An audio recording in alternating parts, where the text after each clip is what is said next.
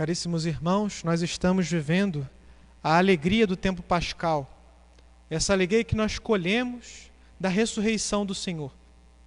Páscoa é passagem, e o Senhor de fato passou da morte para a vida, para a verdadeira vida, a qual todos nós somos convidados a participar. Nesse episódio dos discípulos de Emaús, muito conhecido, os discípulos que estavam desolados passaram então a estar consolados pelo Senhor, porque só Ele pode de fato consolar o nosso coração. Nós vivemos o tempo da ressurreição, o tempo da alegria, porque sabemos que as promessas de Jesus são verdadeiras. De fato, Ele ressuscitou dos mortos. Nós alcançamos agora a ressurreição na esperança. Já recebemos pelo batismo a vida divina, mas é necessário que essa semente da ressurreição seja regada no nosso coração, na nossa alma, para que possamos colher frutos de vida eterna. Ainda não estamos gozando plenamente da ressurreição junto com o Senhor, junto com os santos. Aliás, até os santos esperam ainda a ressurreição dos corpos, para assim plenamente estarem gloriosos diante do Senhor. E nós também queremos isso, alcançar a plena glória. Vejamos, o Evangelho deixa isso bem claro. A notícia da ressurreição, simplesmente ela, não causa alegria. Não nos torna satisfeitos. Não basta para cada um de nós. O Senhor ressuscitou, alguém me falou. Mesmo aqueles que tinham autoridade, que foram constituídos, mesmo assim, eles duvidaram, esses discípulos, e se afastaram de Jerusalém tristes e abatidos. Nós vemos no Salmo, por 2 vezes o Salmo diz, andar ao lado do Senhor. Tenho sempre o Senhor ante meus olhos, pois se o tenho ao meu lado não vacilo. E junto a vós, felicidade sem limites, delícia eterna e alegria ao vosso lado.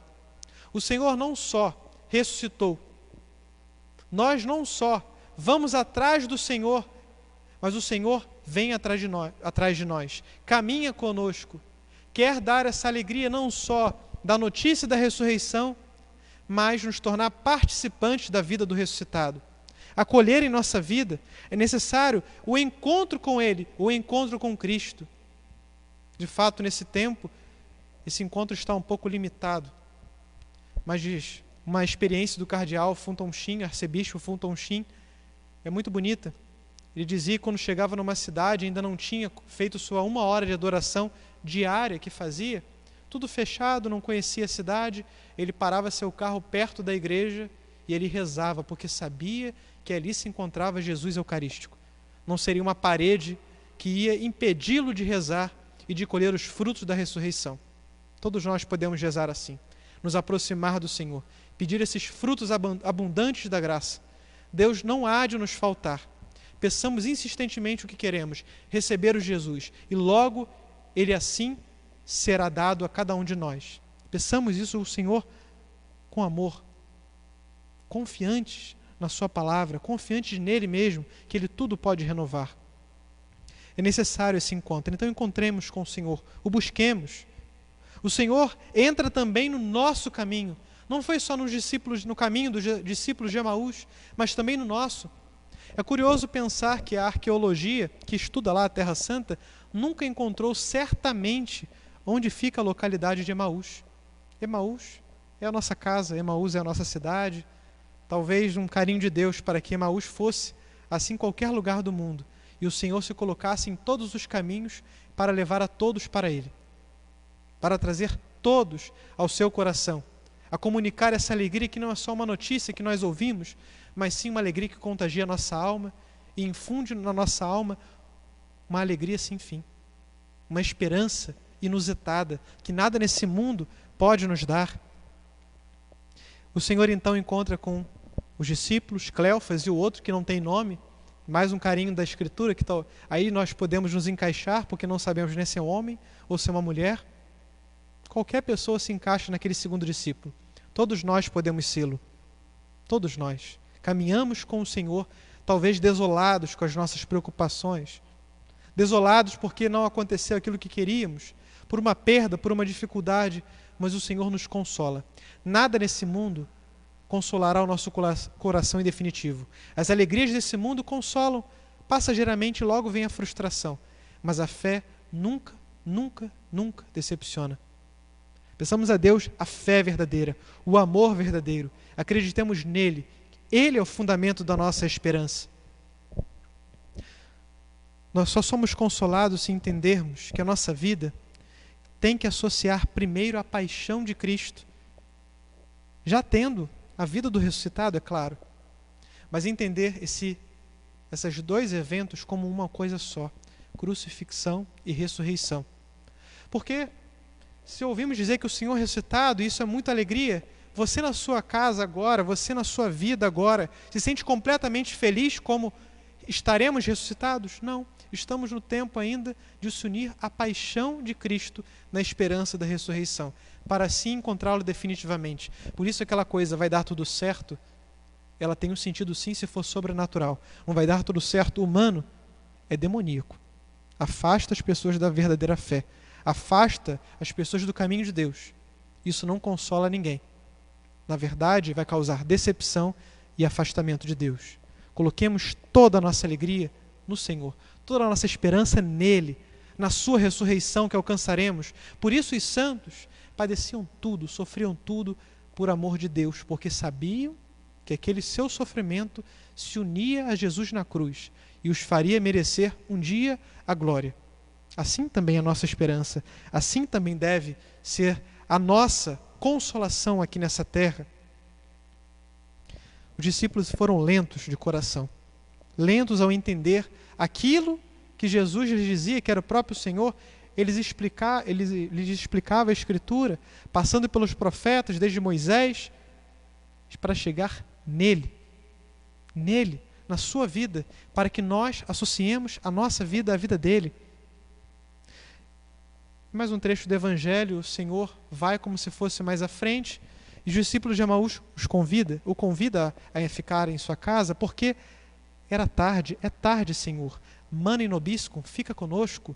Assim disseram os discípulos, fica conosco. Nós também não podemos perder uma oportunidade de Jesus que passa na nossa vida e dizer, Senhor, fica conosco. Abra os nossos olhos.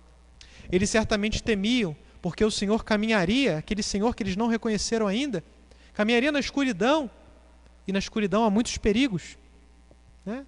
Coisas que não podemos identificar, mas não sabiam que estavam atraindo para si o sol da vida eterna. Só se viajava de dia, à noite tinha muitos perigos. A luz do sol, ela pode mostrar e mostra a beleza da criação, mas também mostra os perigos. Desde uma pedra que podemos tropeçar, uma cobra que podemos afugentar, ou um leão que podemos fugir. A luz do sol, na escuridão fica difícil identificar tudo isso. A luz da razão ilumina todas as coisas para que saibamos o que elas são.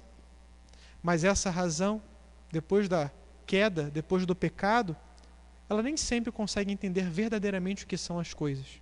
Ela está como que embaçada. Então é necessário uma terceira luz, a luz da fé, que ilumina a inteligência e mostra o sentido último de todas as coisas, o sentido pleno, o sentido verdadeiro, que todas as coisas foram criadas nessa terra para o homem e o homem para Deus. Pensemos numa coisa bem prática, para que isso possa encaixar na nossa vida. Essas três luzes. Um casal, quando se apaixona, no geral, na primeira vista, se apaixona pela beleza, talvez ajudado pela luz do sol. Mas quando dão um passo, talvez, de se aproximarem, de começar um relacionamento, eles utilizam a luz da razão. Poxa, é uma pessoa virtuosa, uma pessoa que tem boas qualidades. Não fica só na beleza. Então, esse é o erro de muitos, inclusive de cristãos, que param por aí.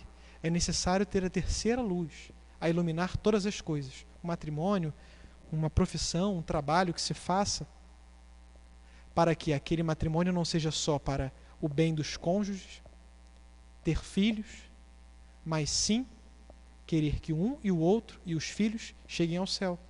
Essa é a luz da fé, a luz que ilumina todo o coração.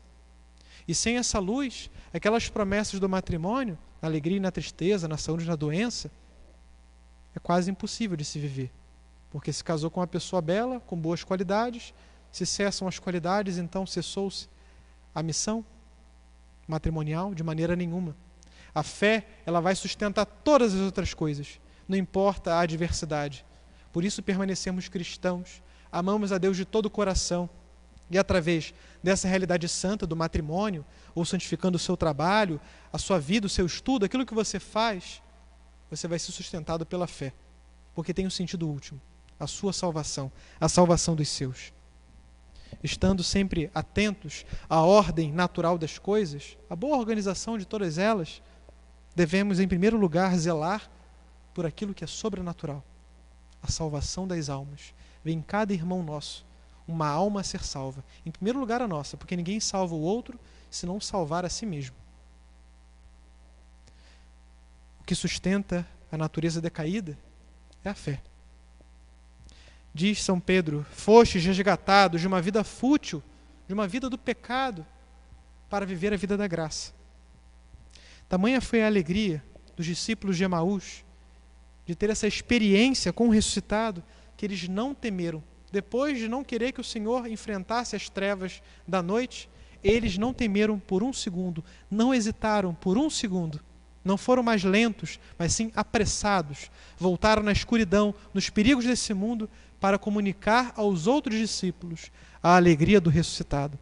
Peçamos a Deus que sejamos também, cada um de nós, ousados em enfrentar as coisas desse mundo para anunciar a Cristo, com a nossa vida, aos nossos irmãos. Louvado seja nosso Senhor Jesus Cristo. Para sempre seja louvado.